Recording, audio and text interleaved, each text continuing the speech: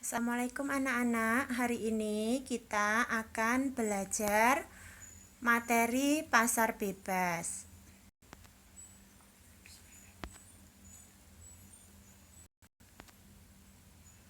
Tujuan pembelajaran untuk hari ini adalah 1. Menjelaskan pengertian pasar bebas. 2. Menjelaskan macam-macam organisasi ekonomi dalam perdagangan pasar bebas.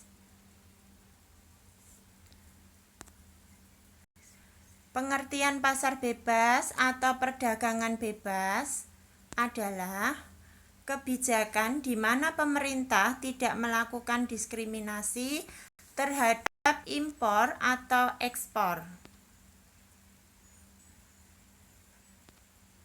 Selanjutnya adalah macam-macam organisasi perdagangan bebas.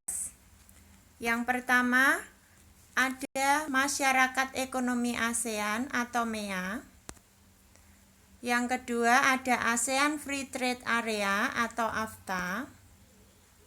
Yang ketiga ada Asia Pacific Economic Corporation atau APEC. Yang keempat ada Uni Eropa atau Masyarakat Ekonomi Eropa atau MEE. Yang kelima ada World Trade Organization atau WTO. Kita membahas yang pertama dulu, yaitu Masyarakat Ekonomi ASEAN atau MEA.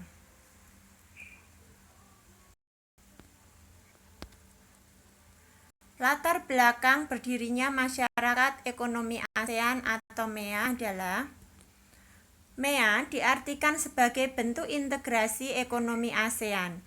Jadi semua negara-negara yang berada di kawasan Asia Tenggara menerapkan sistem perdagangan bebas. Yang kedua, negara peserta ASEAN sepakat untuk menjadikan perekonomian di ASEAN menjadi lebih baik serta mampu bersaing dengan negara-negara yang perekonomiannya lebih maju.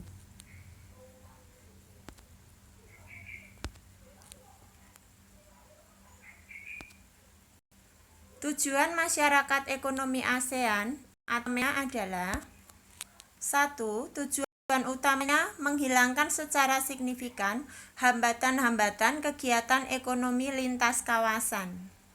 Yang kedua, MEA akan dijadikan kawasan yang memiliki perkembangan ekonomi yang merata. Yang ketiga, MEA akan dibentuk sebagai kawasan ekonomi dengan tingkat kompetisi yang tinggi. Yang keempat, MEA sebagai pasar tunggal dan basis produksi internasional. Yang kelima, MEA akan diintegrasikan secara penuh terhadap perekonomian global. Berikutnya adalah ASEAN Free Trade Area atau AFTA. Latar belakang berdirinya AFTA adalah 1. Adanya kesepakatan dari negara-negara ASEAN untuk membentuk suatu kawasan perdagangan bebas dalam rangka meningkatkan daya saing ekonomi dengan menjadikan ASEAN sebagai basis produksi dunia serta menciptakan pasar regional. Yang kedua, AFTA dibentuk tahun 1992 saat KTT ASEAN keempat di Singapura.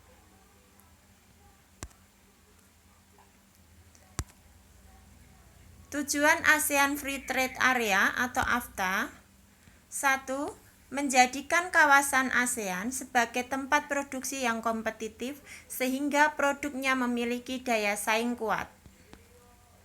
2. Menarik lebih banyak foreign direct investment. 3. Meningkatkan perdagangan antar negara anggota.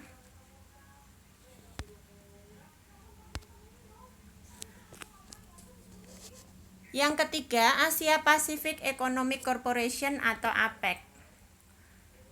Latar belakang dari berdirinya APEC adalah 1. Perubahan Uni Soviet dan Eropa Timur. Runtuhnya Uni Soviet dengan sistem ekonomi komunis yang tertutup secara bertahap diikuti oleh negara Eropa Timur yang berubah menjadi sistem ekonomi liberal dan bebas. 2. Munculnya kesadaran bahwa pada dasarnya setiap negara saling membutuhkan. 3. Diprakarsai Perdana Menteri Australia Bob Hawke pada tahun 1989.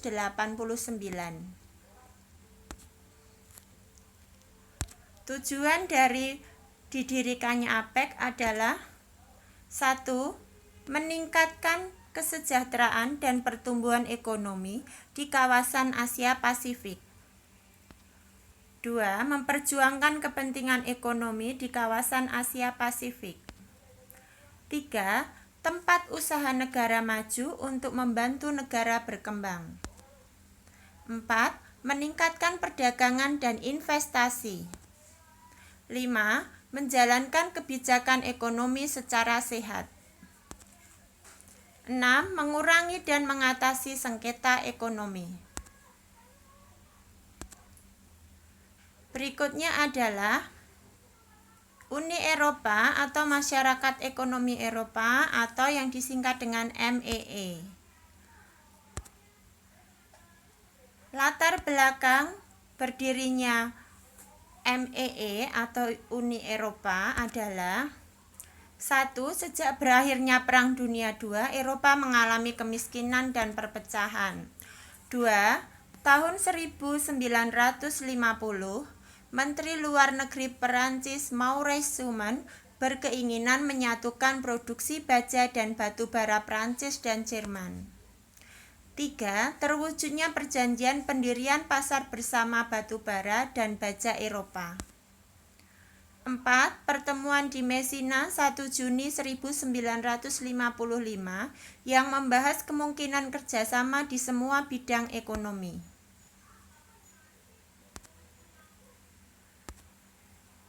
Tujuan dari Uni Eropa adalah 1. Menjalin kerjasama ekonomi, memperbaiki taraf hidup, dan memperluas lapangan kerja. Yang kedua, memajukan perdagangan dan menjamin adanya persaingan bebas serta keseimbangan perdagangan antar negara anggota.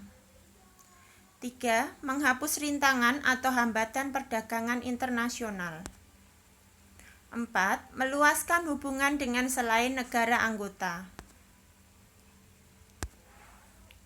Yang kelima ada World Trade Organization atau WTO.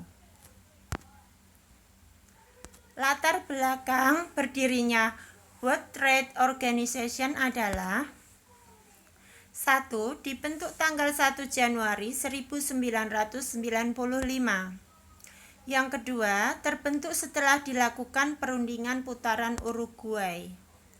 3. Para peserta setuju pajak pemotongan bea masuk terhadap produk tropis dari negara berkembang, menyelesaikan sengketa, dan menyepakati adanya laporan reguler tentang kebijakan perdagangan.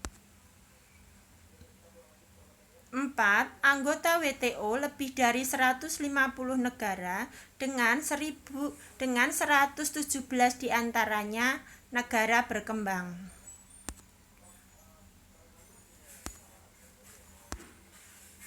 Tujuan dari WTO adalah 1. Meningkatkan kesejahteraan negara-negara anggota. 2. Membantu produsen barang dan jasa serta eksportir dan importir dalam perdagangan. 3. Mendorong terbukanya perdagangan dunia. 4. Menciptakan aturan untuk mengatur perdagangan internasional. 5. Menyusun kewajiban anggota. 6. Menyediakan forum diskusi. 7. Menyediakan mekanisme penyelesaian perdagangan internasional. Demikian anak-anak untuk materi hari ini. Materi berikutnya akan kita lanjutkan pada pertemuan yang akan datang. Wassalamualaikum warahmatullahi wabarakatuh.